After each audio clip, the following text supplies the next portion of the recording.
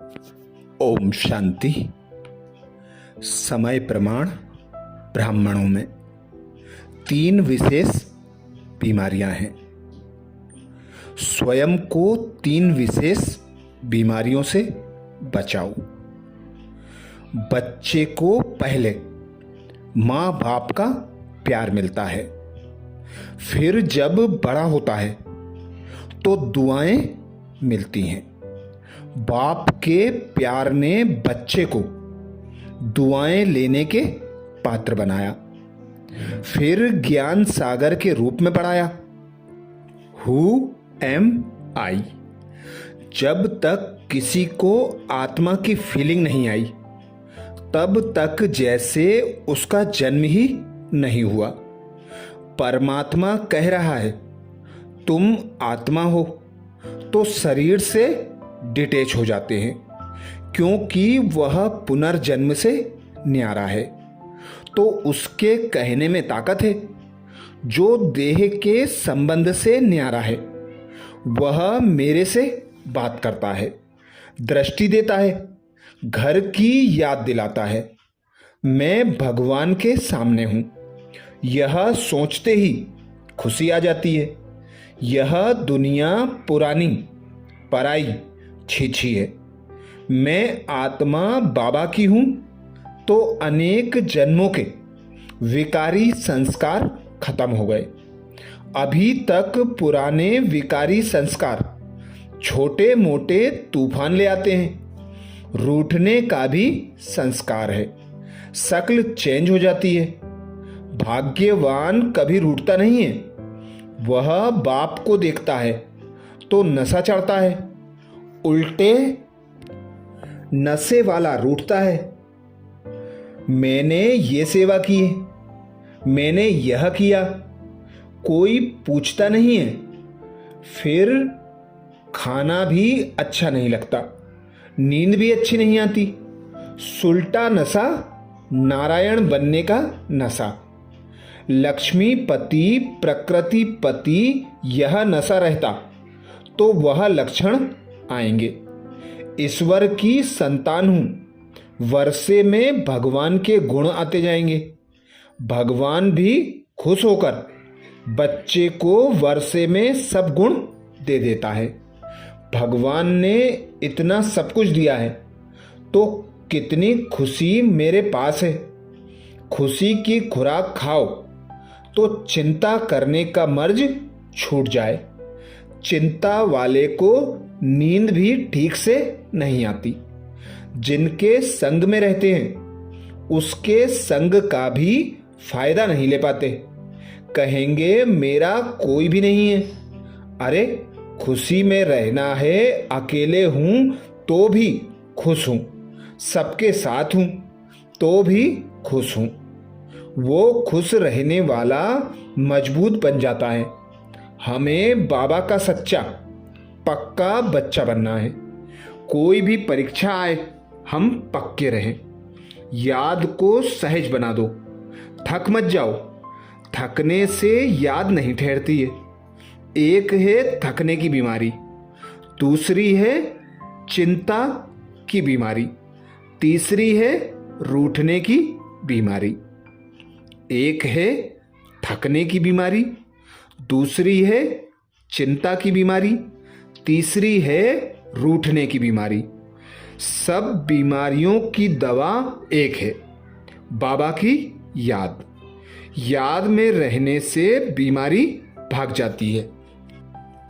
यात्रा पर भावना से जाते हैं तो थकते नहीं हैं। उनको पक्का है अंत तक पहुंचना है, वापस नहीं जाना है।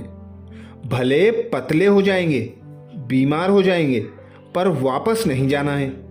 यहां भी जो वापस पुरानी दुनिया को देखते या पीछे मुड़कर देखते तो थकते हैं। फिर सांस चढ़ता है, फिर हिम्मत हार खिला देती है। विजयी माला में आने वाला अच्छी सेवा करता है, अच्छा पुरुषार्थ करता है। वह कभी किसी की कंप्लेंट नहीं करता है, उसकी भी कोई कंप्लेंट नहीं करता है। अशरीरी बनने का अभ्यास, बाबा के प्यार की शक्ति और घर की याद, ये तीनों इकट्ठी चाहिए। अशरीरी बनने का अभ्यास, बाबा के प्यार की शक्ति और घर की याद, तीनों इकट्ठी चाहिए। सेकंड में डिटेच हो जाओ। बाबा खुद कहता है मंजिल ऊंची है, टाइम लगता है। फिर बाबा कहता है बच्ची, सेकंड लगता है। माया टच नहीं करती सेकंड में, टच किया बस मुरझा गए।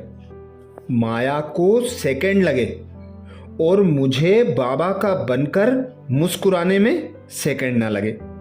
माया के पास पूरा प्लान है हमको हार खिलाने का।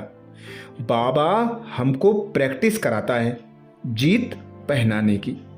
हम पहले से रेडी हैं, अस्त्र शस्त्र तैयार हैं। अंदर ही अंदर अपनी घोट तो नशा चढ़े। माया खुशी छीन लेती है। कौन हूं, किसकी हूं? स्मृति आई कल्प पहले वाली हूं। बाबा आपसे पूरा वर्षा लेंगे। कल्प पहले भी लिया था, अभी भी लेना है। और कोई काम ही नहीं है।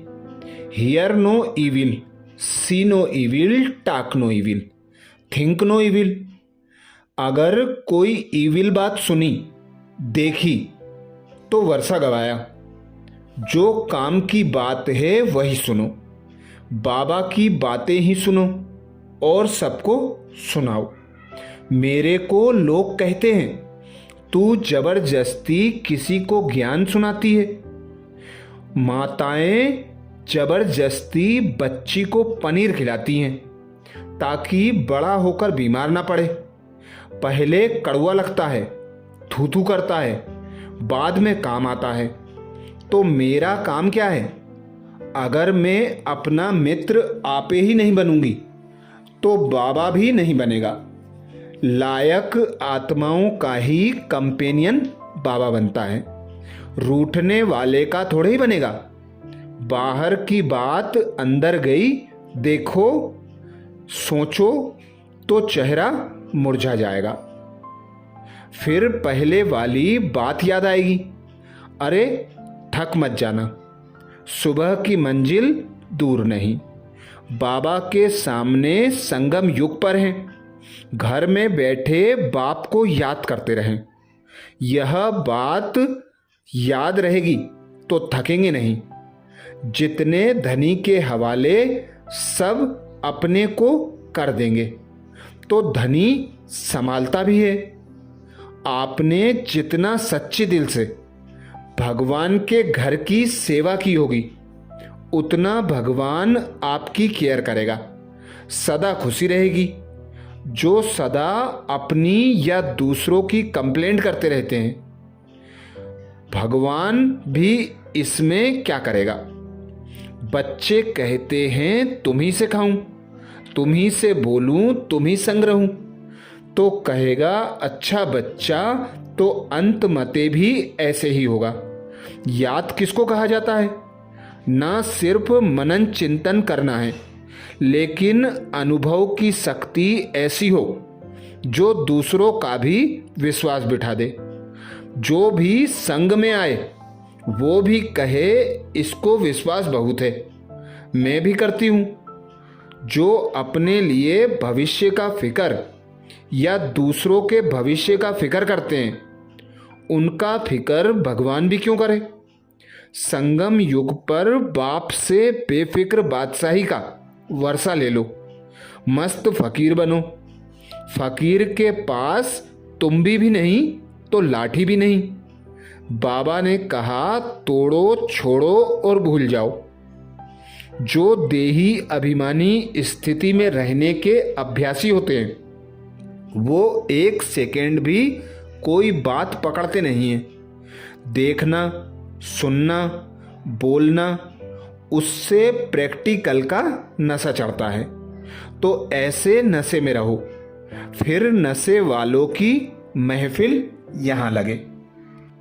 अच्छा, ये थे दादी जानकी जी के अमृत वचन, जो दादी जी ने हम बच्चों के लिए 28 जून 2006 को सुनाए थे, जिसमें दादी ने विशेष अटेंशन खिंचवाया 3 बीमारी से स्वयं को बचाओ। पहली बीमारी दादी ने बताई थकने की, दूसरी बताई चिंता करने की और तीसरी बताई रूठने की, जिसके लिए दादी ने विशेष पुरुषार्थ बताया। अशरीरी बनने का अभ्यास, बाबा के प्यार की शक्ति और घर की याद, तीनों इकट्ठी रहेंगी तो कोई भी बीमारी हमें टच नहीं करेगी। सेकंड में हम डिटैच हो जाएंगे। अच्छा, ओम शांति।